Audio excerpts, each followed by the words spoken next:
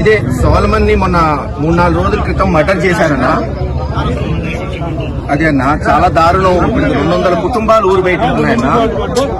మీరు కూడా అప్పుడు చెప్పారు మీరే వస్తామని, కానీ ఇంకా సమయం వాళ్ళు కొంచెం టైం అడిగారు అందరు కూర్చొని మాట్లాడుకోవడానికి.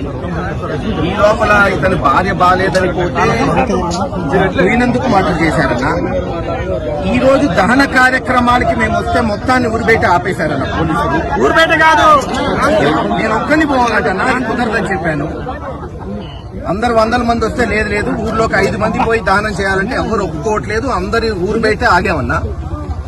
చేస్తే మీరు ఎలా చేయండి, లేకపోతే 2 రోజుల్లో జగన్ గారే వస్తాడని చెప్పామన్నా. మీరు ఈ రోజు ఎలా చేయకపోతే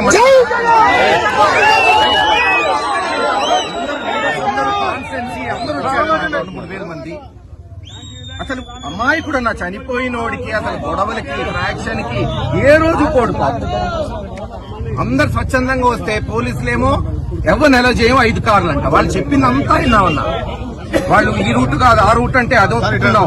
మనకే దానం కావాలి పాపం, అతను మళ్ళీ ఫ్యామిలీ ఫీల్ అవుతారు కదన్నా, సెంటిమెంట్ అన్ని ఒప్పుకున్నాం. తీరా ఊరు దగ్గరికి వస్తే ఇప్పుడు ఊర్లోకి ఎలా చేయరంట. ఓన్లీ 5 నాయకులు పంపిస్తారంటే రోడ్డు మీద కూర్చున్నామన్నా. ఇప్పుడు అనుజ్ రావు అని వాళ్ళ బ్రదర్ అన్నా.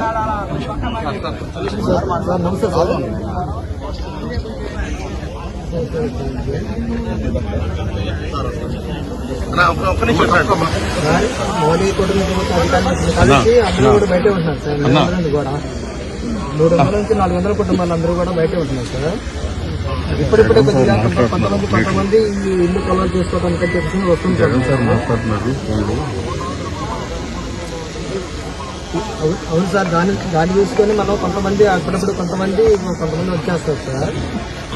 అయితే బ్రదర్ కూడా ప్రస్తుతానికి గ్రామం పక్కన బ్రాహ్మణపల్లిలో నివాసం ఉంటుంది సార్. వదినమ్మ గారికి బాగలేకపోతే చూడటానికి వచ్చారు సార్.